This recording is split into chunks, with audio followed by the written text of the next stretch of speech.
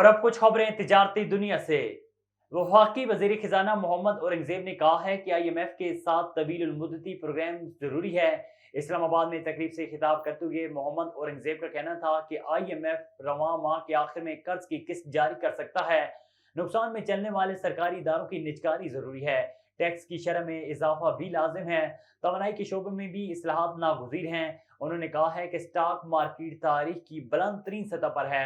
Stock market में गैर मुल्की सरमाकारी आना खुशाइंद है। ज़र मुबादला के ज़खायर में इजाफा हुआ है। जून तक ज़र मुबादला ज़खायर 9 से 10 अरब डॉलर तक पहुंच जाएंगे। वफाकी वज़ीर खजाना मोहम्मद औरंगजेब ने दुबई में गैर मुल्की सरमाकारों से मुलाकातें की। मुलाकात करने वालों में आयना होल्डिंग और दानिशा होल्डिंग के चेयरमैन शामिल थे। मुलाकात के दौरान मुत्तहिदा अरब अमारात के साथ मौजूदा इक्तिसादी शराकतदारी को मजबूत करने के आज़म का अयादा किया गया। मुलाकात में दोनों ममालिक के लिए सरमाकारी की सरगर्मियों को बढ़ाने पर तबादला ख्याल किया गया।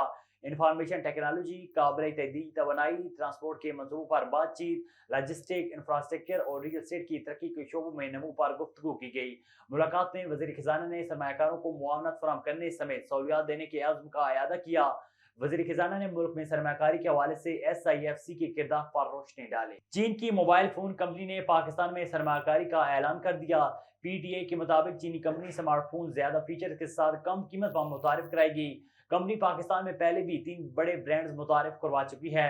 पाकिस्तान टेली कम्युनिकेशन अथॉरिटी के मुताबिक पाकिस्तान में सरमाकारी के लिए कंपनी ने तमाम कार्रवाई मुकम्मल कर ली है।